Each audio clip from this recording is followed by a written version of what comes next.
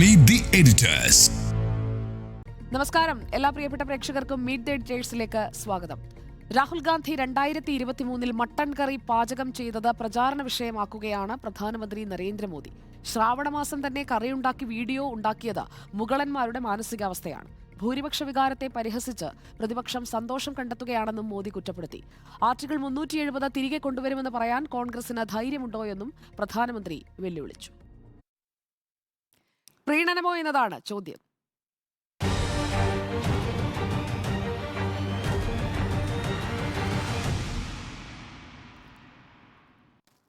Holographic ട്രാൻസ്മിഷനിലൂടെ Palakkad നിന്നാണ് doctor Arunkumar നമുക്കൊപ്പം ഉള്ളത്. Welcome doctor Arun. ഡോക്ടർ അരുണിൽ നിന്ന് തന്നെ തുടങ്ങാം അല്ലേ Nikesh sir? Doctor Arun, mutton കറിയാണ് ഈ തെരഞ്ഞെടുപ്പിലെ ഒരു ഹോട്ട് മെനു ടോപ്പിക്കായി വരുന്നത്.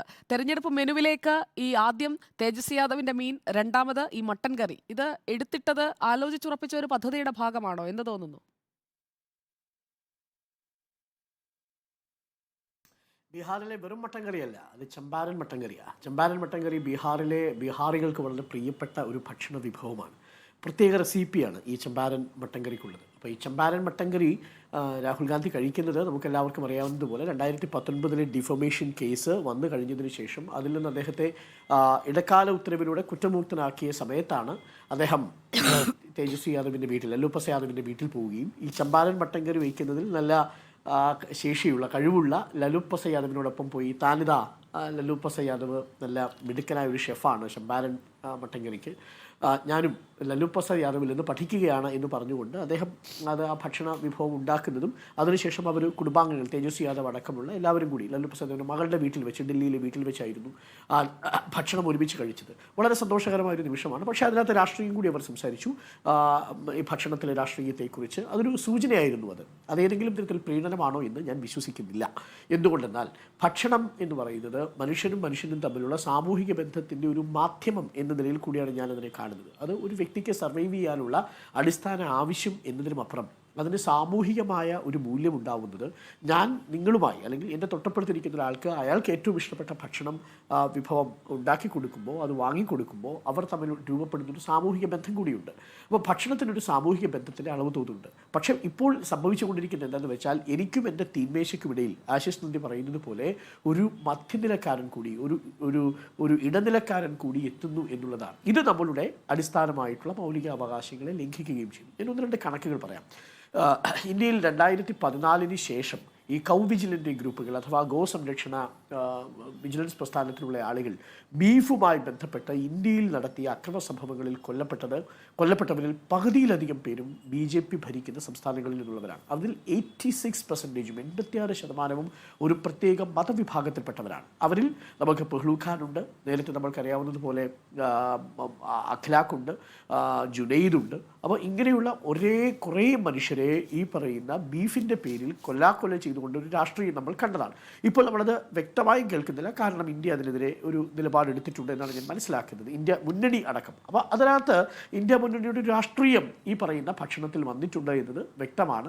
അത് ശ്രാവൺ മാസത്തിൽ മട്ടൻ കറി ഉണ്ടാക്കി എന്നുള്ളത് വളരെ തെറ്റായൊരു നെറേറ്റീവായിട്ടാണ് ഞാനിതിനെ കണക്കാക്കുന്നത്. കാരണം അത് ഈ തെരഞ്ഞെടുപ്പിൽ സാമ്പത്തികമായിട്ടുള്ള എല്ലാ കണക്കുകളും ഇപ്പോൾ CSDS സർവേ പ്രകാരം കേന്ദ്ര സർക്കാരിന് എതിരായി വരുന്ന ഒരു ഘട്ടത്തിൽ സാമ്പത്തിക ഘടകങ്ങളെ ആശ്രയിച്ച് ഈ സർക്കാരിന് ഈ തെരഞ്ഞെടുപ്പിൽ പിടിച്ചു നിൽക്കാൻ കഴിയില്ല എന്ന് ബോധ്യം വരുമ്പോൾ അൺഎംപ്ലോയ്മെൻറ്റ് റേറ്റ് ഇരട്ടിയാകുന്നതിനെക്കുറിച്ച് നമ്മൾ സംസാരിച്ചു.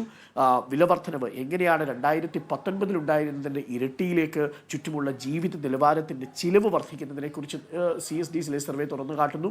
അപ്പോൾ എക്കണോമിക് ഡിസ്ട്രസ് ഈ നാട്ടിലുണ്ട്, അഥവാ സാമ്പത്തികമായ പ്രതിസന്ധി ഈ നാട്ടിലുണ്ട്, അത് സാധാരണക്കാരൻ്റെ ജീവിതത്തെ ബാധിച്ചു തുടങ്ങിയിരിക്കുന്നു എന്ന തിരിച്ചറിവ് വോട്ടർമാർക്കുണ്ടായാൽ എല്ലാ കാലത്തും ആ വോട്ടർമാർ ഏതെങ്കിലും തരത്തിൽ വംശീയമായ താല്പര്യത്തോടു കൂടി പ്രചരണം നടത്തുന്ന ഭരണകൂടത്തെ എന്നേക്കുമായി ഉപേക്ഷിക്കും.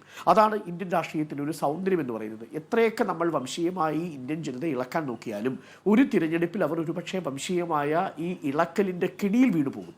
പക്ഷേ അതിനുശേഷം അവർ മടങ്ങി വരുന്നത് അവരുടെ ദൈനംദിന ജീവിത യാഥാർത്ഥ്യങ്ങളിലേക്കാണ്. അവിടെ കേന്ദ്ര സർക്കാരിൽ തൊഴിൽ കിട്ടുന്നില്ല, അവിടെ സർക്കാരിൻ്റെ പൊതുമേഖലാ സ്ഥാപനങ്ങളിലുള്ള ആളുകളെ അവർ പിരിച്ചുവിടുന്നു, അത് വിറ്റഴിക്കുന്നു, അവയിൽ പലതും പൂട്ടുന്ന സാഹചര്യം ഉണ്ടാകുന്നു, അവരുടെ തൊഴിലാളികൾ ഡിസ്ട്രസ്സിൽ ജീവിക്കുന്ന ഒരു കാലഘട്ടമായി മാറുന്നു. അപ്പോൾ തിരഞ്ഞെടുപ്പിൽ BJP ഭയക്കുന്നുണ്ട് ഒരു സാമ്പത്തികമായിട്ടുള്ളൊരു തിരിച്ചടി ഈ തെരഞ്ഞെടുപ്പിൽ ഉണ്ടാകും. അതിനെ മറികടക്കാൻ വേണ്ടിയാണ് ഈ ഭക്ഷണത്തിൻ്റെ രാഷ്ട്രീയം വീണ്ടും ഒരിക്കൽ കൂടി അവർ പയറ്റാൻ ശ്രമിക്കുന്നത്. നമ്മൾ നോക്കൂ, ഇന്ത്യ എന്ന രാജ്യത്തിനൊരു പ്രത്യേകത, ബീഫ് എക്സ്പോർട്ടിംഗ് രാജ്യങ്ങളിൽ 2ാം സ്ഥാനത്ത് നിൽക്കുന്ന രാജ്യമാണ് നമ്മുടേത്. ആദ്യം നിൽക്കുന്നത് ബ്രസീലാണ്. അത് കഴിഞ്ഞാൽ ഏറ്റവും കൂടുതൽ ബീഫ് വിദേശ രാജ്യങ്ങളിലേക്ക് കയറ്റി അയച്ച് നമ്മൾ വിദേശ നാണ്യം നേടുന്ന രാജ്യങ്ങളിൽ 2ാം സ്ഥാനത്താണ് ഇന്ത്യ നിൽക്കുന്നത്.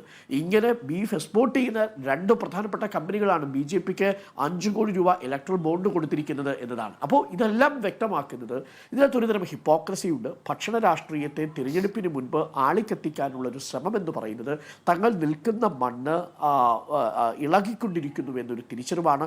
അതല്ലെങ്കിൽ ഈ പറയുന്ന ശ്രാവൺ മാസത്തിൽ 2023 ഓഗസ്റ്റ് മാസം 4-ാം തീയതി ലല്ലു പ്രസാദ് യാദവിൻ്റെ മകളുടെ വീട്ടിൽ ചമ്പാരൻ മട്ടൻ കറി കഴിച്ചത് 2024 തിരഞ്ഞെടുപ്പിൽ ഒരു വിഷയമാകേണ്ട ആവശ്യമേ ഇല്ല.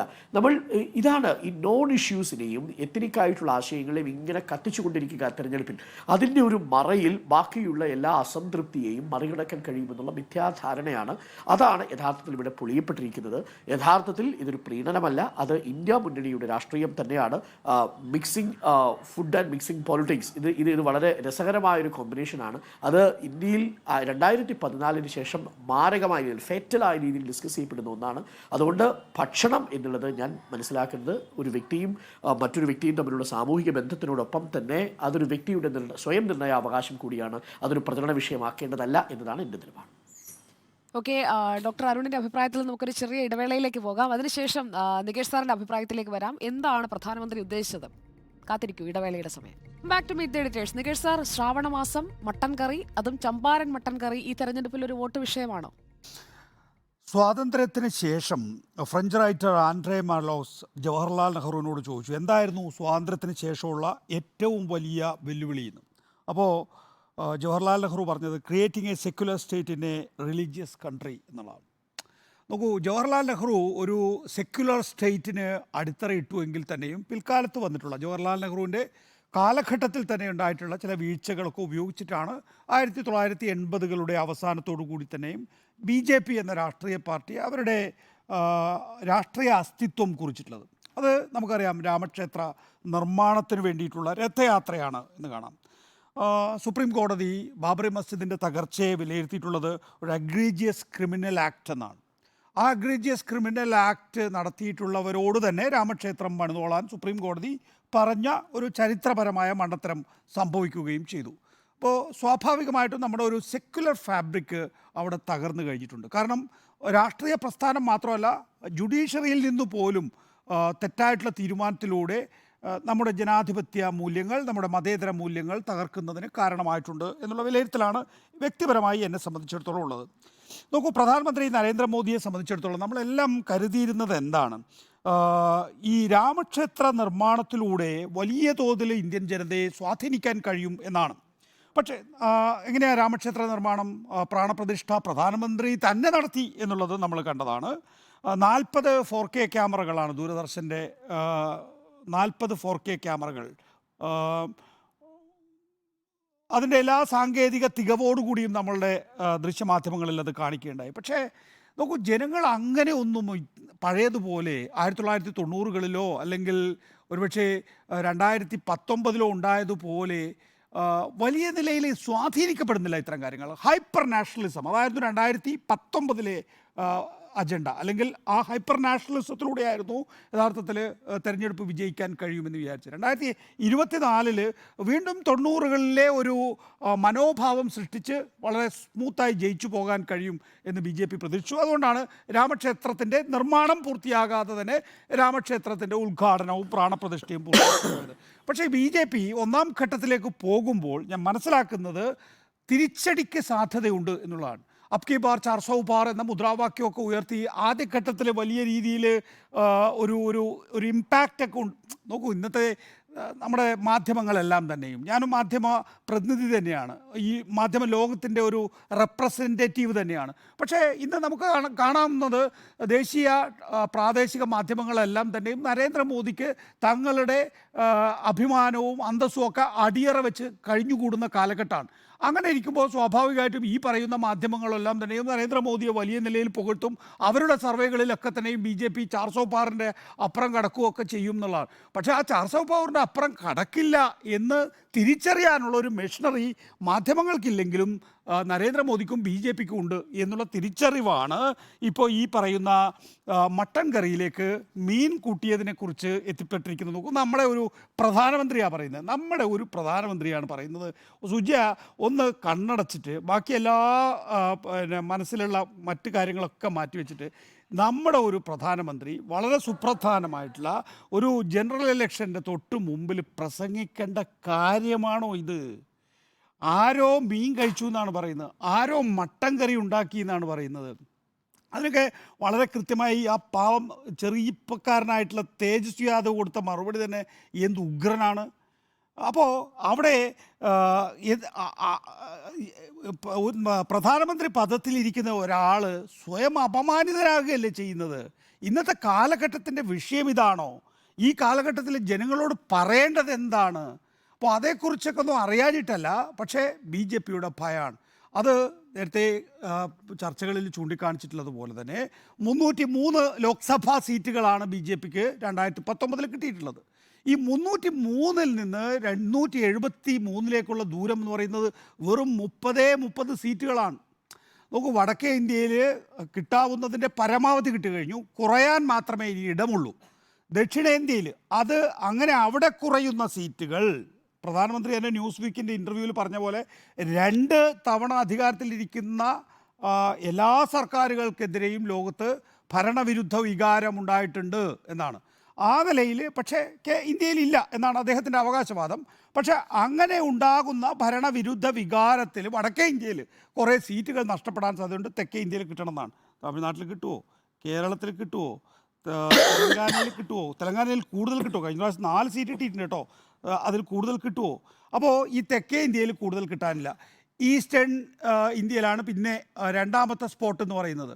അവിടെ അതിനു വേണ്ടിയിട്ടാണ് നിതീഷ് കുമാറിനെ കൊണ്ടുവന്നത്. നിതീഷ് കുമാർ ഇപ്പുറത്ത് ഇന്ത്യ ബ്ലോക്ക് ഉണ്ടാക്കുന്ന തിരക്കിനിടയിൽ വിളിച്ചുകൂട്ടി കൊണ്ടുപോയിരിക്കുകയാണ് NDA. അവിടെ എന്താ സംഭവം? നിതീഷ് കുമാറിൻ്റെ പൊടി പോലും ഇല്ല കണ്ടുപിടിക്കാൻ. എന്താ ഒരു പാൽപ്പൊടിയുടെ പരസ്യം ഉണ്ടല്ലോ, അനിക്സ്പ്രേയുടെ പരസ്യം പറഞ്ഞ പോലെ തന്നെ നിതീഷ് കുമാറിന് പൊടി പോലും ഇല്ല കണ്ടുപിടിക്കാൻ. അവിടെ തേജസ്വി യാദവ് ആ വാക്വമിൽ കയറി മെയ്യാണ് ചെയ്യുന്നത്. നമുക്ക് ഒരു തരംഗം തന്നെ ഉണ്ടാക്കുന്നു എന്നുള്ള തോന്നലാണ് തേജസ്വി യാദവിൻ്റെ ഈ കഴിഞ്ഞ രീതിയിലുള്ള തെരഞ്ഞെടുപ്പ് പ്രകടനങ്ങളെല്ലാം തന്നെയും. മഹാരാഷ്ട്രയിൽ നോക്കിക്കഴിഞ്ഞാൽ വലിയ നിലയിൽ സംസ്ഥാനത്തിനെതിരായിട്ടുള്ളതും സെൻറ്ററിനെതിരായിട്ടുള്ള ആൻറ്റി ഇൻകംബൻസി ഉണ്ട്. ഞാൻ പറയുന്നത് വെച്ചാൽ BJPയെ സംബന്ധിച്ചിടത്തോളം വലിയൊരു പരാജയത്തിൻ്റെ പടുകുഴിയിലേക്കൊന്നും പോകുന്നതായിട്ടുള്ള സൂചനകൾ എൻ്റെ മുന്നിലും ഇല്ല. പക്ഷേ എങ്കിൽ പോലും 273-ൽ താഴെ എത്താനുള്ള സാധ്യതയിലേക്ക് BJP തന്നെ കാര്യങ്ങൾ കാണുന്നു. ഞാൻ വിചാരിക്കുന്നത് കേവല ഭൂരിപക്ഷം BJPക്ക് കിട്ടാനുള്ള സാധ്യതയില്ല എന്നാണ്. പക്ഷേ BJPയുടെ അനാലിസിസിനെ കുറിച്ച് ഞാൻ പറയുന്നത് 303-ൽ നിന്ന് പുഠേ എന്ന് പറഞ്ഞ് 273-ലേക്ക് താണാൽ, 272-ന് താഴേക്ക് പോയാൽ, നോക്കൂ, അങ്ങനെ പോയാൽ ഞാൻ ആവർത്തിച്ചു പറയുന്നു, പ്രധാനമന്ത്രി സ്ഥാനത്തേക്ക് നരേന്ദ്രമോദിയെ അല്ല BJPക്ക് ഉയർത്തി കാണിക്കാൻ കഴിയുക. ഘടകകക്ഷികളുമായി സമവായത്തിൽ പോകുന്ന ആളുകളെയാണ് BJPക്ക് ഉയർത്തി കാണിക്കാൻ കഴിയുക.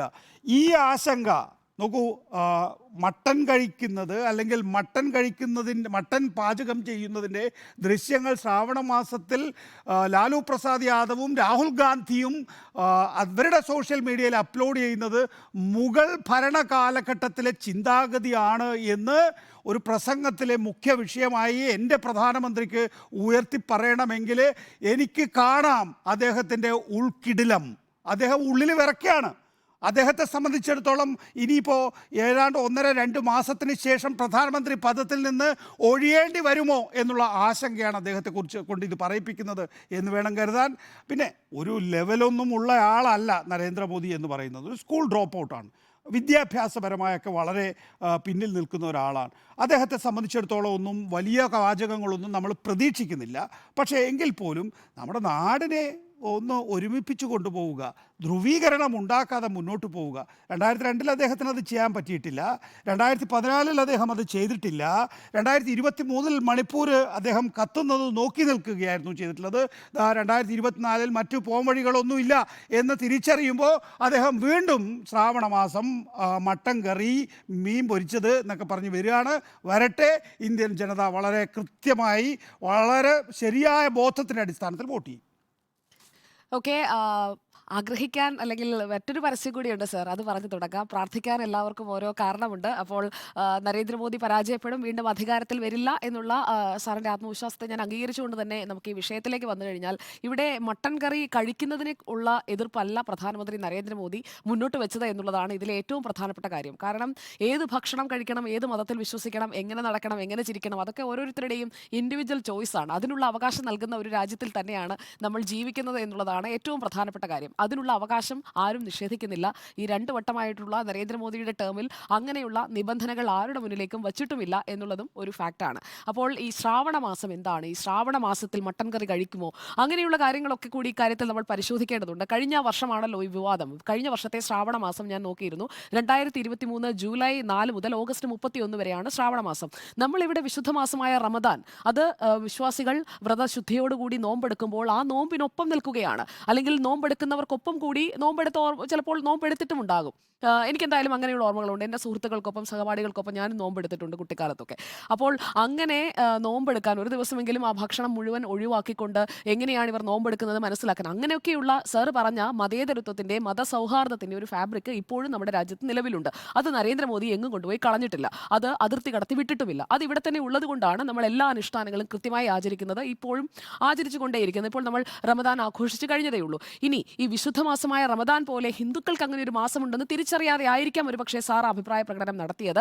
ഉത്തരേന്ത്യയിലടക്കം വളരെ വിശുദ്ധമായി തന്നെ ആചരിക്കുന്നതാണ് ഈ ശ്രാവണ മാസം. കഴിഞ്ഞ വർഷം അത് ജൂലൈ 4 മുതൽ ഓഗസ്റ്റ് 31 വരെയുള്ള സമയമായിരുന്നു. എക്സ്റ്റെൻഡഡ് ആയിട്ടുള്ള 2 മാസം കൂടി അത് ആചരിച്ച ആളുകളുമുണ്ട്. അപ്പോൾ ശിവന് സമർപ്പിച്ച ശ്രാവണ മാസം, ആ ശ്രാവണ മാസത്തിൽ വ്രതശുദ്ധിയോടെ കഴിയുന്ന ആളുകൾക്കിടയിലേക്ക് ബ്രാഹ്മണനാണ് എന്ന് അവകാശപ്പെടുന്ന, ഹിന്ദു ആചാരങ്ങൾ പിന്തുടരുന്നുവെന്ന് അവകാശപ്പെടുന്ന, പൂജകൾ ചെയ്യുന്ന, ആ പൂജകളുടെ ചിത്രങ്ങൾ തൻ്റെ തന്നെ പ്ലാറ്റ്ഫോമുകളിൽ, എക്സ് പ്ലാറ്റ്ഫോം ആയാലും മറ്റ് സോഷ്യൽ മീഡിയ പ്ലാറ്റ്ഫോം ആയാലും പരസ്യമാക്കുന്ന രാഹുൽ ഗാന്ധിയും കുടുംബവും ആ രീതിയിൽ തങ്ങൾ ഹിന്ദു വിശ്വാസം പിന്തുടരുന്നവരാണ്, ആചാരങ്ങളും അനുഷ്ഠാനങ്ങളും പിന്തുടരുന്നവരാണ് എന്ന് ആവർത്തിച്ച് പറഞ്ഞുകൊണ്ടിരിക്കുന്നതിനിടയിലാണ് ഈ വിശുദ്ധമാസമായ ശിവന് സമർപ്പിച്ച, മനസ്സിനെ ശുദ്ധീകരിക്കുക, ആത്മീയ അച്ചടക്കം പാലിക്കുക, അതോടൊപ്പം തന്നെ ഈ റമദാൻ സമാനമായി തന്നെ വ്രതവും ഉപവാസവും ഒക്കെ എടുക്കുന്ന ശ്രാവണ മാസത്തിൽ ഒരു മട്ടൻ കറിയുമായി വരുന്നത്. അതുകൊണ്ടാണ് ആ മട്ടൻ കറി വിവാദമാകുന്നത്, അല്ലാതെ ബീഫിന്റെ രാഷ്ട്രീയവുമായി ഇതിനെ കൂട്ടിക്കെട്ടേണ്ട കാര്യമില്ല. 2023 സെപ്റ്റംബർ 3 ഈ വാർത്ത ആദ്യമായി വരുന്നത്. അതായത് ശ്രാവണ മാസത്തിൽ ആടിനെ ഭക്ഷിച്ച രാഹുൽ ഗാന്ധിയുടെ പ്രവൃത്തി ഹിന്ദു മതവികാരത്തെ വ്രണപ്പെടുത്തി എന്ന് പറഞ്ഞുകൊണ്ടാണ് അന്ന് മാധ്യമങ്ങളൊക്കെ ഈ കാര്യം റിപ്പോർട്ട് ചെയ്തത്. ഇതൊരു പുതിയ വീഡിയോ അല്ല, അന്ന് വന്നതാണ്, അന്ന് ചെയ്തതാണ്. അപ്പോൾ അത് വീണ്ടും പ്രധാനമന്ത്രി നരേന്ദ്രമോദി ഇപ്പോൾ വീണ്ടും കോട്ട് ചെയ്തിരിക്കുന്നു എന്നുള്ളതാണ്. ഈ തെരഞ്ഞെടുപ്പ് കാലത്ത് രാഹുൽ ഗാന്ധിയും ലാലു പ്രസാദ് യാദവും ചേർന്ന് ചമ്പാരൻ മട്ടൻ കറി ഉണ്ടാക്കുന്ന വീഡിയോ, അത് കോൺഗ്രസിന്റെ പ്ലാറ്റ്ഫോമിൽ രാഹുൽ ഗാന്ധിയുടെ യൂട്യൂബിൽ ഒക്കെ പുറത്തു വന്നിരുന്നു. ഇത് ശ്രാവണ മാസത്തിലാണ് ചെയ്തത് എന്ന് പറഞ്ഞുകൊണ്ട് ആദ്യ രംഗത്ത് വന്നത് BJP വക്താവ് സംബിത് പാത്രയാണ്. അപ്പോൾ അതിനുശേഷമാണ് മറ്റാളുകൾ അത് ഏറ്റുപിടിക്കുന്നത്. ബീഹാറിൽ നിന്ന്, ആ വീഡിയോയിൽ പറയുന്നുണ്ട്, ബീഹാറിൽ നിന്ന് ഓർഡർ ചെയ്ത് വരുത്തിയ ആടാണ്, അതായത് മട്ടണാണ് എന്ന് ലാലു പ്രസാദ് യാദവ് ആ വീഡിയോയിൽ കൃത്യമായി പറയുന്നുണ്ട്. ഇത് ഷൂട്ട് ചെയ്തത് ഓഗസ്റ്റ് മാസത്തിലാണ്. ഓഗസ്റ്റ് മാസം 4-ാം തീയതിയാണ്, അതായത് ശ്രാവണ മാസത്തിൽ തന്നെയാണ് ഇത് ഷൂട്ട് ചെയ്തിരിക്കുന്നത്. അപ്പോൾ ശ്രാവണ മാസത്തിൽ രാഹുൽ ഗാന്ധി മാംസം കഴിക്കുമോ? അങ്ങനെയാണെങ്കിൽ അദ്ദേഹം പറയുന്ന രീതിയിൽ ഉത്തരേന്ത്യയിലടക്കം പ്രചുര പ്രചാരം നേടിയ ശ്രാവണ മാസത്തിലെ അനുഷ്ഠാനങ്ങളൊന്നും തനിക്ക് ബാധകമല്ലേ, അല്ലെങ്കിൽ അങ്ങനെയുള്ള അനുഷ്ഠാനങ്ങളെ, വിശ്വാസങ്ങളെയൊന്നും അദ്ദേഹം അംഗീകരിക്കുന്നില്ലേ? അതാണ് രാഹുൽ ഗാന്ധിയോടുള്ള ചോദ്യം. അതാണ് നരേന്ദ്രമോദി എന്ന് ഉയർത്തിയത്. അതായത് രാഹുൽ ഗാന്ധിയുടെ പ്രീണന നയം എന്ന് പറയുന്നത് അവിടെയാണ്. അതായത് ആളുകളെ കാണിക്കുന്നതിന് വേണ്ടി വിശ്വാസിയാണെന്ന് അഭിനയിക്കുകയാണ് രാഹുൽ ഗാന്ധി. യഥാർത്ഥത്തിൽ ഒരു വിശ്വാസിയോ അല്ലെങ്കിൽ ഹിന്ദു ആചാരാനുഷ്ഠാനങ്ങളോട് കൃത്യമായി ഒരു ആ വിശ്വാസങ്ങൾ പിന്തുടരുന്നതിൽ അഭിമാനിക്കുകയോ അങ്ങനെയൊന്നും ചെയ്യുന്ന ഒരാളല്ല രാഹുൽ ഗാന്ധി എന്നുള്ളത് ഇതിൽ നിന്ന് വ്യക്തമാണ്. അപ്പോൾ ശ്രാവണ മാസത്തിൽ മാംസം കഴിക്കുന്ന രാഹുൽ ഗാന്ധി, അദ്ദേഹത്തിന് അതുകൊണ്ട് തന്നെ ആ ശ്രാവണ മാസത്തിൽ ആടിന്റെ മാംസം കഴിക്കുന്നത് കൊണ്ട് അങ്ങനെ മുഗളന്മാരുടെ മാനസികാവസ്ഥ എന്നാണ് പ്രധാനമന്ത്രി കോട്ട് ചെയ്തിരിക്കുന്നത്. അദ്ദേഹം ഒരു കാര്യം കൂടി എടുത്തു പറയുന്നുണ്ട്. കാരണം ഇങ്ങനെയുള്ള വിവാദങ്ങൾ, അതുപോലെ തന്നെ മാധ്യമങ്ങളടക്കം ഇത് തെറ്റായി വ്യാഖ്യാനിക്കുമെന്ന് നരേന്ദ്രമോദിക്ക് അറിയാം. അദ്ദേഹത്തിന്റെ വിദ്യാഭ്യാസത്തെക്കുറിച്ചൊക്കെ നികേഷ് സാർ പറഞ്ഞു. വിദ്യാഭ്യാസം എന്ന് പറയുന്നത് നമ്മൾ സ്കൂളിൽ പോയി നേടുന്നതും കോളേജിൽ പോയി നേടുന്നതും മാത്രമല്ല, അനുഭവങ്ങളിലൂടെയും അത് കഴിഞ്ഞിട്ടുള്ള നിരീക്ഷണങ്ങളിലൂടെയും ഒക്കെ ആളുകൾ വിദ്യാഭ്യാസം നേടിക്കൊണ്ടേയിരിക്കുകയാണ്. എല്ലാവരും ഒരു ലേണറാണ്, ഇപ്പോഴും പഠിച്ചുകൊണ്ടേയിരിക്കുകയാണ്. അല്ലാതെ സ്കൂളോ കോളേജോ പഠനം കഴിയുന്നതോടുകൂടി നമ്മുടെ വിദ്യാഭ്യാസം എന്ന് പറയുന്നത് അവസാനിക്കുകയില്ല, അത് മരണം വരെ തുടരുന്ന ഒന്നാണ്. അങ്ങനെയാണെങ്കിൽ നരേന്ദ്രമോദി സ്റ്റിൽ എ സ്റ്റുഡന്റ്. അപ്പോൾ ആര് എന്ത് കഴിക്കണം എന്നതിനെ അല്ല ഞാൻ എതിർക്കുന്നത്. വെജും നോൺ വെജും ഇൻഡിവിജ്വൽ പ്രിഫറൻസ് ആണ് എന്നുള്ളത് അദ്ദേഹം പറയുന്നുണ്ട്. നവരാത്രി വ്രതം അനുഷ്ഠിക്കുന്ന പുണ്യമാസത്തിൽ നോൺ വെജ്, അതായത് അതാണ് തേജസ്വി യാദവിന്റെ വിവാദം. അത് നവരാത്രി, ഇപ്പോഴും അവർ നവരാത്ര എന്ന് പറയുന്ന വ്രതം കടന്നു പോകുന്ന സമയമാണ്. അപ്പോഴാണ് തേജസ്വി യാദവിന്റെ മീൻ പുറത്തേക്ക് വരുന്നത്, അല്ലെങ്കിൽ മീൻ കഴിക്കുന്നത് വരുന്നത്. എന്നിട്ട് തേജസ്വി യാദവ് പറയുന്നുണ്ട്, ഏപ്രിൽ 8-ാം തീയതി വ്രതം തുടങ്ങുന്നതിന് മുൻപാണ് ഞാനിത് കഴിച്ചത് എന്ന് പറഞ്ഞുകൊണ്ട് തേജസ്വി യാദവ് ഞാൻ കഴിച്ചിട്ടില്ല എന്ന് ന്യായീകരിക്കുകയാണ്. അപ്പോൾ തേജസ്വി യാദവിനും അറിയാം ഈ സമയത്ത് മീൻ കഴിക്കില്ല എന്നുള്ളത്. അപ്പോൾ അങ്ങനെ വിശ്വാസമുണ്ടെന്ന് പറയുകയും അതിന് വിരുദ്ധമായ കാര്യങ്ങൾ ചെയ്യുകയും ചെയ്തത് ചൂണ്ടിക്കാട്ടുകയാണ് നരേന്ദ്രമോദി അവിടെ ചെയ്തത്.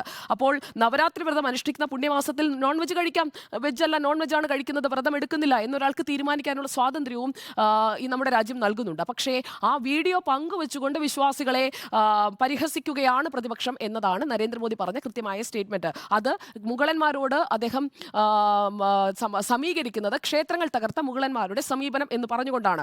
അപ്പോൾ ഉദ്ധംപൂരിലെ പ്രചാരണത്തിൽ നരേന്ദ്രമോദി ഇത് ഓർമ്മിപ്പിച്ചത് മനഃപൂർവ്വമാണ് എന്ന് തന്നെയാണ് ഞാൻ കരുതുന്നത്. കാരണം ദേശീയ താല്പര്യം എത്രത്തോളം ഉണ്ട് കോൺഗ്രസിന് എന്ന് നരേന്ദ്രമോദി ചോദിക്കുന്നുണ്ട്, രാഹുൽ ഗാന്ധിക്കുണ്ടെന്ന് ചോദിക്കുന്നുണ്ട്. ഇന്നത്തെ ഏറ്റവും ഒടുവിൽ കഴിഞ്ഞ റാലിയിലെ അദ്ദേഹത്തിന്റെ പ്രസംഗത്തിലെ ഒരു വാചകം തന്നെ ഇങ്ങനെയാണ്: ദേശീയ താല്പര്യത്തിനെടുക്കുന്ന ഓരോ സ്റ്റെപ്പും എതിർക്കുന്ന കോൺഗ്രസിന് ഒരു സീറ്റ് പോലും നേടാൻ യോഗ്യതയില്ല. അതാണ് കൃത്യമായിട്ട് ഈ തെരഞ്ഞെടുപ്പിലെ അവരുടെ പോൾ സ്ട്രാറ്റജി എന്ന് പറയുന്നത്. അത് നരേന്ദ്രമോദി ആവർത്തിച്ചുകൊണ്ടേയിരിക്കുകയാണ്. പിന്നെ നേരത്തെ ന്യൂസ് വീക്കിന്റെ ഇന്റർവ്യൂവിനെ കുറിച്ച് സാർ സൂചിപ്പിച്ചതുകൊണ്ട് അതുകൂടി പറഞ്ഞ് ഞാൻ അവസാനിപ്പിക്കാം. ഇവിടെ റിലീജിയസ് സെന്റിമെന്റ് ഹർട്ടാകുന്നു എന്ന് പറയുന്നത് ഇതാദ്യമായിട്ടല്ല BJP-യോ അല്ലെങ്കിൽ നരേന്ദ്രമോദിയോ ഒരു തെരഞ്ഞെടുപ്പ് പ്രചാരണ വിഷയമാക്കി ഉയർത്തിക്കൊണ്ടുവരുന്നത്. ഇന്ത്യ ചൈന അതിർത്തി സാഹചര്യം, അയോധ്യ രാമക്ഷേത്രം, ആർട്ടിക്കിൾ 370, ഇത് മൂന്നുമായിരുന്നു ന്യൂസ് വീക്കിന്റെ അഭിമുഖത്തിലെ പ്രധാനപ്പെട്ട ഭാഗങ്ങൾ. അതിന്റെ ഹെഡ്ലൈൻ തന്നെ എങ്ങനെയാണ് നരേന്ദ്രമോദി ഇന്ത്യയെയും ലോകത്തെയും മാറ്റിയത്, അതായിരുന്നു ആ അഭിമുഖത്തിന്റെ തലവാചകം എന്ന് പറയുന്നത്. ചൈനയുമായുള്ള ബന്ധം അത് ഒരുപാട് ചർച്ച ചെയ്യപ്പെടുകയും നരേന്ദ്രമോദിയെ കുറ്റപ്പെടുത്തുകയും ചെയ്തതാണ്. അതിർത്തി തർക്കം അടിയന്തരമായി പരിഹരിക്കേണ്ടതുണ്ട് എന്നുള്ളതാണ് ആ അഭിമുഖത്തിൽ നരേന്ദ്രമോദി പറഞ്ഞു വെക്കുന്നത്. പിന്നെ ജമ്മുകശ്മീരിന്റെ പ്രത്യേക പദവി റദ്ദാക്കിയതിനെക്കുറിച്ച്, വികസനത്തെക്കുറിച്ച് ഒക്കെയുള്ള ചോദ്യങ്ങളുണ്ടായിരുന്നു. അപ്പോൾ വരുന്ന തെരഞ്ഞെടുപ്പിൽ മതത്തിനോ ജാതിക്കോ ഒന്നുമല്ല രാജ്യം വോട്ട് ചെയ്യാൻ പോകുന്നത്. ദേശീയ താല്പര്യം ഉയർത്തിപ്പിടിച്ചുകൊണ്ട് രാജ്യത്തിന്റെ വികസനത്തിനാണ് വോട്ട് ചെയ്യാൻ പോകുന്നത്. അത് നരേന്ദ്രമോദിക്ക് ഉറപ്പാണ്, BJP-ക്കും ഉറപ്പാണ്. ഉറപ്പില്ല, അവർ ഭീതിയിലാണ് എന്നൊക്കെ പറയുന്നതിന് എന്തെങ്കിലും ഒരു സാധൂകരണം ഉണ്ട് എന്ന് ഞാൻ കരുതുന്നില്ല. അതൊരു ബേസ്ലെസ് അലിഗേഷൻ ആയിട്ടാണ് ഞാൻ കരുതുന്നത്. അപ്പോൾ കഴിഞ്ഞ 10 വർഷം കണ്ടത് ട്രെയിലറാണ്, സിനിമ വരാൻ പോകുന്നതേ ഉള്ളൂ. അപ്പോൾ സിനിമയ്ക്ക് മുൻപ് തന്നെ സിനിമയെയും നായകനെയും പേടിച്ചാൽ എങ്ങനെയാണ്? 10 വർഷം തന്നെ ട്രെയിലറാണ്, ഇനിയും ഒരുപാട് കാര്യങ്ങൾ ചെയ്യാൻ പോകുന്നു സർ. ആയിക്കോട്ടെ, നോക്കൂ, ഞാൻ നേരത്തെ നരേന്ദ്രമോദി വിദ്യാഭ്യാസമില്ലാത്ത ആളെന്ന് പരാമർശിച്ചിട്ടില്ല. പറഞ്ഞിട്ടെന്ന് വെച്ചാൽ അദ്ദേഹം സ്കൂൾ ഡ്രോപ്പ് ഔട്ടാണ്. അദ്ദേഹത്തിന് ആ തരത്തിലേക്ക് കാര്യങ്ങൾ മനസ്സിലാവുന്നതാണ്. നോക്കൂ, നമ്മുടെയൊക്കെ പഴയ തലമുറയെ സംബന്ധിച്ചിടത്തോളം, നമുക്ക് മുൻപ് ഉണ്ടായിരുന്ന തലമുറയെ സംബന്ധിച്ചിടത്തോളം അവർക്കൊന്നും ചിലപ്പോൾ വിദ്യാഭ്യാസം പൂർത്തിയാക്കാൻ കഴിഞ്ഞിട്ടുണ്ടാവില്ല. അവരുടെ ദാരിദ്ര്യം കാരണം, അവരുടെ ജീവിതത്തിലുണ്ടാകുന്ന വെല്ലുവിളികൾ കാരണം. ഇപ്പം ഞാനൊരു രാഷ്ട്രീയ നേതാവിൻ്റെ മകനാണ്. എൻ്റെ അച്ഛൻ രാഷ്ട്രീയ നേതാവ് ആവുകയും അദ്ദേഹത്തിന് 5ാം ക്ലാസ് വിദ്യാഭ്യാസമേ ഉള്ളൂ. അതൊന്നും തെറ്റല്ല. പക്ഷേ നിങ്ങൾ പറയുകയാണ് എൻ്റയർ പൊളിറ്റിക്കൽ സയൻസിൽ സ്കൂൾ ഡ്രോപ്പ് ഔട്ട് ആണ് എന്ന് പറയുകയും പിന്നീട് അദ്ദേഹം നമ്മളോട് പറയുന്നത് എന്താണ്? അദ്ദേഹം എൻ്റയർ പൊളിറ്റിക്കൽ സയൻസിൽ MA ബിരുദം എടുത്തിട്ടുള്ള ആളാണ് എന്നുള്ളതാണ്. ആ MA ബിരുദം എവിടെയെന്ന് ചോദിക്കുമ്പോഴാണ് ആ MA ബിരുദം എവിടെയെന്ന് പൊതുയോഗത്തിൽ പ്രസംഗിച്ച ആൾക്ക് കോടതി പിഴയിടുന്ന ഒരു അവസ്ഥ ഉണ്ടായിട്ടുള്ളത്. അപ്പോൾ ആ ഡോക്യുമെൻ്റ് തരാനല്ല, ആ പറയുന്ന സർട്ടിഫിക്കറ്റ് ഇതാണെന്നും എൻ്റെ കൂടെ ഇന്നയാൾ പഠിച്ചിട്ടുണ്ടെന്നും അല്ലെങ്കിൽ ഈ പറയുന്ന കാലഘട്ടത്തിലാണ് ഞാൻ പഠിച്ചത് എന്നും പറയാൻ നമ്മുടെ മുമ്പിൽ തെളിവുകളൊന്നുമില്ല. കോടതിയിൽ പോയിട്ട് പോലും അക്കാര്യത്തിൽ തെളിവ് കിട്ടുന്നില്ല എന്നുള്ള പ്രശ്നമാണ്. അപ്പോൾ ആ നിലയിൽ ഇല്ലാത്ത മേനി നടിക്കാൻ ശ്രമിക്കുകയാണ്. ഞാൻ സ്കൂൾ ഡ്രോപ്പ് ഔട്ടാണ്, 5ാം ക്ലാസ് എനിക്ക് പഠിക്കാൻ കഴിഞ്ഞല്ലോ, അത് എൻ്റെ ദാരിദ്ര്യം കൊണ്ടാണ് എന്ന് പറഞ്ഞാൽ കിട്ടുന്നൊരു അന്തസ്സുണ്ടല്ലോ. ആ അന്തസ്സിനപ്പുറത്തേക്ക് കാര്യങ്ങളിൽ എത്തിക്കാൻ വേണ്ടിയിട്ടുള്ള ഒരു ഫിക്സ്ഡ് ശ്രമം നടന്നു എന്ന് മാത്രമേ ഞാൻ ആ കാര്യത്തിൽ ചൂണ്ടിക്കാണിച്ചിട്ടുള്ളൂ. രണ്ടാമത്തേത് ന്യൂസ് വീക്കിൻ്റെ കാര്യത്തിൽ നോക്കൂ, ഇതാണ് പ്രശ്നം. നമ്മളിപ്പോൾ കാണുന്നത് മട്ടൻ കറി കഴിച്ചു ശ്രാവൺ മാസത്തിൽ, അതുപോലെ തന്നെ ഈ തേജസ്വി യാദവ് മീൻ കഴിച്ചു, അത് അപ്ലോഡ് ചെയ്തു, അതൊരു മുഗൾ മനോഭാവമാണെന്ന് പൊതുയോഗത്തിൽ നിങ്ങളോട് തിരിച്ചു ചോദ്യങ്ങൾ ചോദിക്കാൻ കഴിയാത്ത ഒരു ജനവിഭാഗത്തിനോടാണ് പറയുന്നത് എന്നുള്ളതാണ്. നിങ്ങൾ എന്തിനാണ് ഈ പറയുന്ന ഒരു 1-to-1 ഇൻ്റർവ്യൂയെ ഭയക്കുന്നത്? ഇപ്പോൾ ന്യൂസ് വീക്കിൻ്റെ ഇൻ്റർവ്യൂ തന്നെ, ന്യൂസ് വീക്കിൻ്റെ ഇൻ്റർവ്യൂ എന്ന് പറയുന്നത് ചോദ്യങ്ങൾ അയച്ചു കൊടുത്ത് ആ ചോദ്യങ്ങൾക്ക് ആൻസർ ചെയ്തതിന് ശേഷം ഒരു ഇൻഫോർമൽ മീറ്റിംഗ് അതിൻ്റെ 3 ജേർണലിസ്റ്റുകൾക്ക് കൊടുത്തുകൊണ്ടാണ്. ഒരു 1-to-1 ഇൻ്റർവ്യൂവിന് എന്തുകൊണ്ടാണ് പ്രധാനമന്ത്രിക്ക് മടി? അല്ലെങ്കിൽ ധൈര്യമില്ലാത്തത്? എന്തുകൊണ്ടാണ് ഇന്ത്യയുടെ ചരിത്രത്തിൽ ആദ്യമായിട്ട് ഒരു പ്രധാനമന്ത്രിക്ക് ഒരു പ്രസ് കോൺഫറൻസിനെ അഭിമുഖീകരിക്കാൻ കഴിയാതെ പോകുന്നത്? നിങ്ങൾക്ക് ഈ കാര്യങ്ങളൊക്കെ അവിടെ പറയാമല്ലോ. അപ്പോൾ ഒരു spur of the moment question ഉണ്ടാകാൻ പാടില്ല, ഒരു ഇൻ്റർജെക്ഷൻ ഉണ്ടാകാൻ പാടില്ല. അദ്ദേഹത്തിന് പറയാനുള്ള കാര്യങ്ങൾ ഇങ്ങനെ പുരപ്പുറത്ത് നിന്ന് കയറി വിളിച്ചു പറയുകയാണ്. അത് വർഗീയമായി വേർതിരിക്കുന്ന രീതിയിലാണ്. ആ നിലയിൽ വർഗീയമായി വേർതിരിക്കുന്ന രീതിയിൽ പ്രസംഗിച്ചാൽ പോലും നടപടിയെടുക്കാത്ത ഒരു തെരഞ്ഞെടുപ്പ് കമ്മീഷൻ നേരത്തെ സെറ്റ് ചെയ്ത് വെച്ചിട്ടുണ്ട്. അപ്പോൾ പിന്നെ എന്തും പറയാം.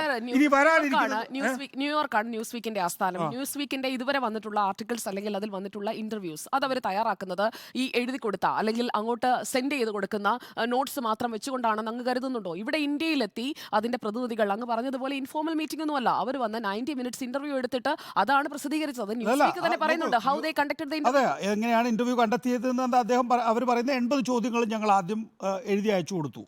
80 ചോദ്യങ്ങൾ അയച്ചു കൊടുത്തതിന് ശേഷം 80 ചോദ്യങ്ങൾക്കുള്ള ഉത്തരം നരേന്ദ്രമോദി ടൈപ്പ് ചെയ്ത് അയച്ചു കൊടുക്കുന്നതല്ലോ. അദ്ദേഹത്തിൻ്റെ ഓഫീസ് ആ 80 ചോദ്യങ്ങൾക്ക് ഉത്തരം കൊടുക്കുന്നു. ഉത്തരം കൊടുത്തതിന് ശേഷമുള്ളത് പിന്നെ പിന്നീട് 90 മിനിറ്റ് മീറ്റിംഗ് അവർക്ക് പ്രധാനമന്ത്രിയുടെ വീട്ടിൽ വെച്ച് കിട്ടി എന്നാണ് പറയുന്നത്. ഈ വീട്ടിൽ വെച്ച് കിട്ടിയിട്ടുള്ളത് ഇൻഫോർമലായിട്ടുള്ള എന്തിനാണ്? അതിനകത്ത് ഞാൻ പറഞ്ഞ ഒരു തുടർ ചോദ്യങ്ങളില്ല. ഞാൻ പറഞ്ഞ രീതിയിലുള്ള ഏതെങ്കിലും തരത്തിൽ അല്ല, അസ്യൂം ചെയ്തല്ലേ. നിങ്ങൾ ഒന്ന് ഈ പറയുന്ന ഈ ഇൻ്റർവ്യൂ ആയി ബന്ധപ്പെട്ട് വന്നിട്ടുള്ള റിവ്യൂസ് എല്ലാം നോക്കൂ. ജേർണലിസ്റ്റുകൾ സാധാരണഗതിയിൽ ചോദിക്കുന്ന ഒരു ചോദ്യവും ഇൻ്റർജെക്ഷനായി വന്നിട്ടില്ല.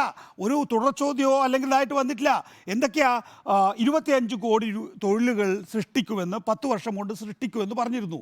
25 കോടി തൊഴിൽ സൃഷ്ടിച്ചോ? ഇതുമായി ബന്ധപ്പെട്ടിട്ടുള്ള എന്തെങ്കിലും ചോദ്യം ഉണ്ടോ?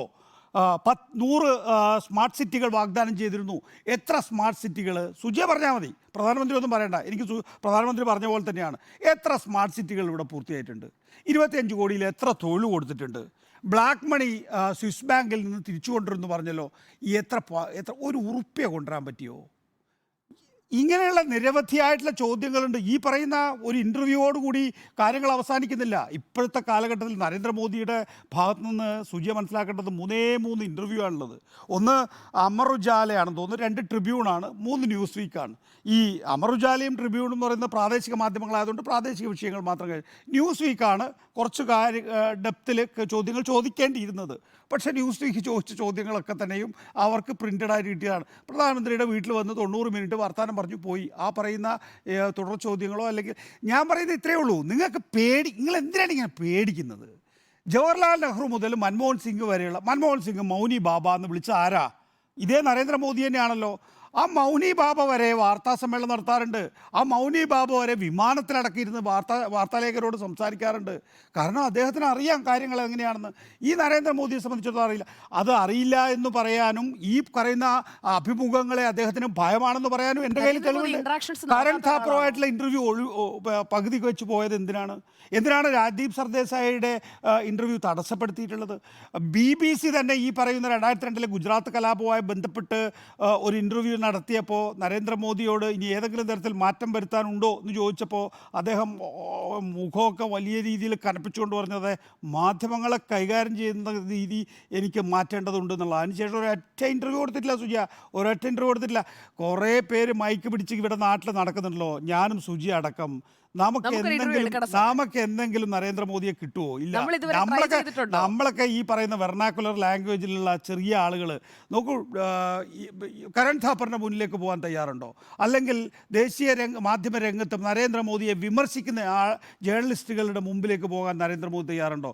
2014 രാഹുൽ ഗാന്ധി പോയല്ലോ അർണബ് ഗോസ്വാമിയുടെ അടുത്തേക്ക്. രാഹുൽ ഗാന്ധിക്കുള്ള ധൈര്യം പോലും നരേന്ദ്രമോദിക്ക് ധൈര്യമില്ല എന്നാണ് അങ്ങയുടെ അഭിപ്രായം. എനിക്ക് അഭിപ്രായമില്ല.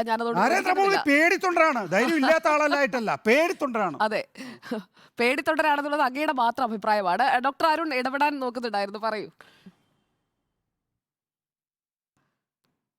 അതെ, സുജയ പറഞ്ഞതിനിടയ്ക്ക് ദേശീയതയും ഭക്ഷണവുമായിട്ട് ഇടയ്ക്ക് ബന്ധപ്പെടുത്തുന്നത് പോലെ എനിക്ക് തോന്നി. അതെങ്ങനെയാണെന്ന് വിശദീകരിക്കാമോ? നമ്മുടെ ദേശീയതയും ഭക്ഷണവും തമ്മിൽ ഏതെങ്കിലും തരത്തിൽ ബന്ധപ്പെട്ടിട്ടുണ്ടോ?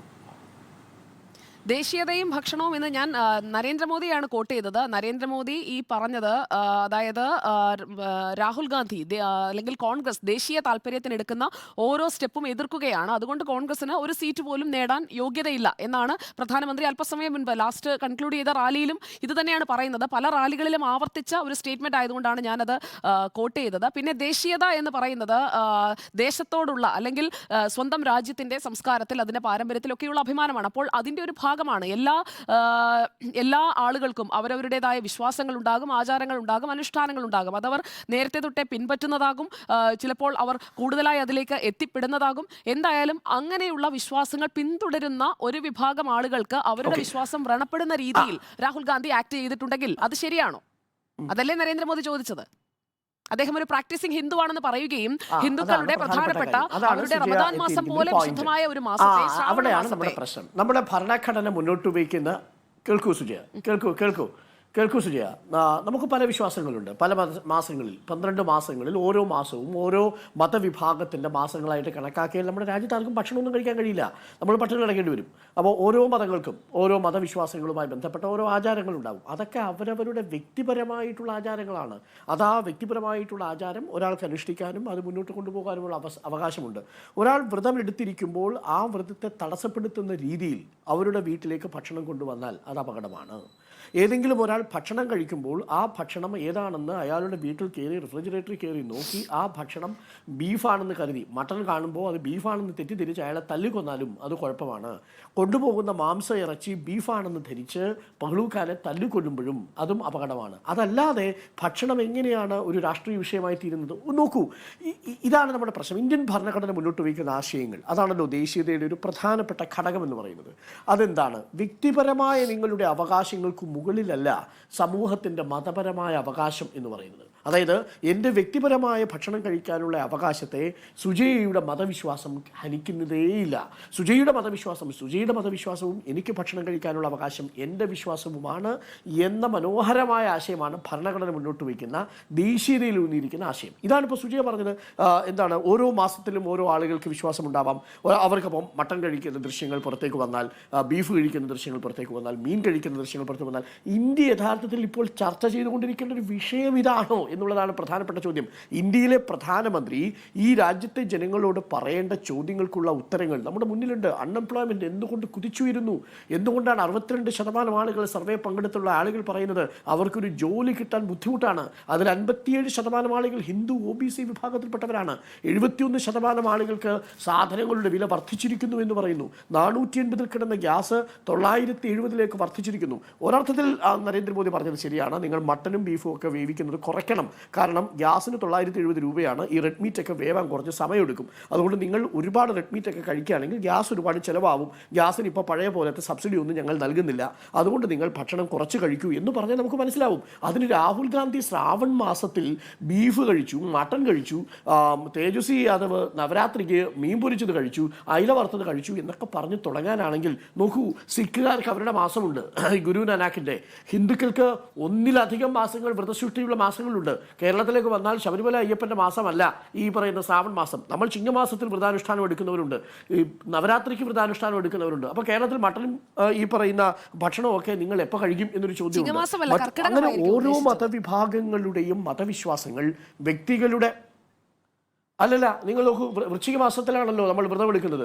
കർക്കിടക മാസത്തിൽ മറ്റൊരു വ്രതം, കർക്കിടകത്തിൽ ഒരു വ്രതം, വൃശ്ചിക മാസത്തിൽ ഒരു വ്രതം, നവരാത്രിക്ക് ഒരു വ്രതം. അത് ചിങ്ങത്തിലുണ്ടാവാൻ വ്രതം എനിക്കറിയില്ല.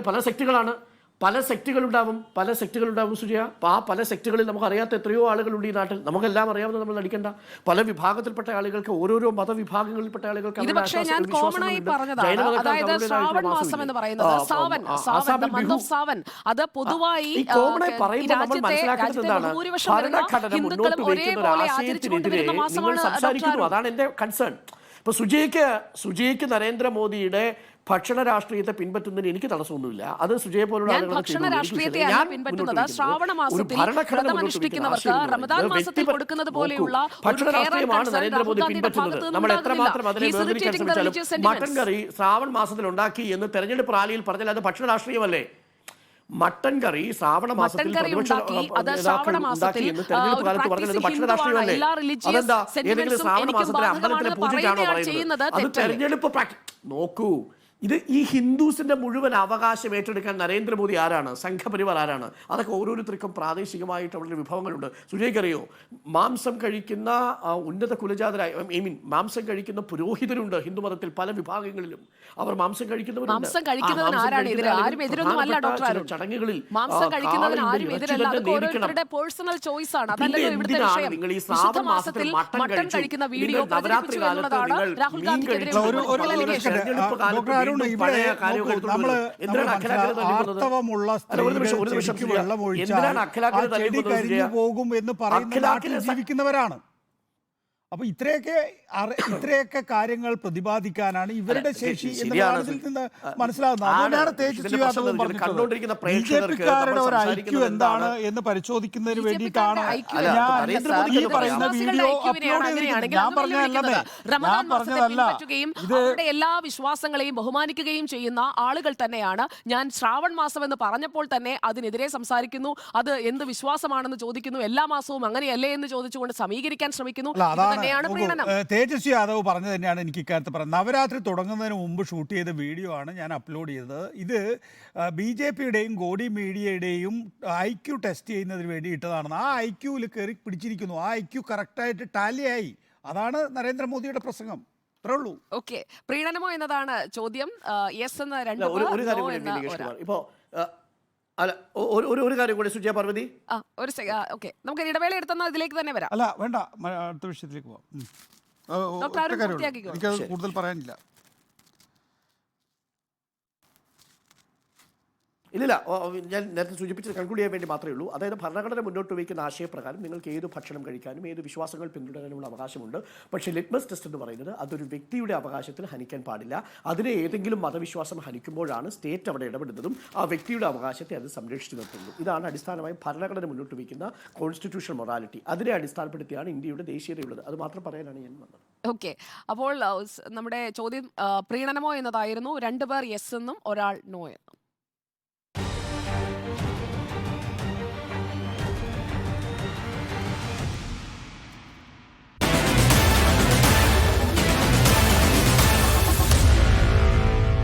Meet the editors.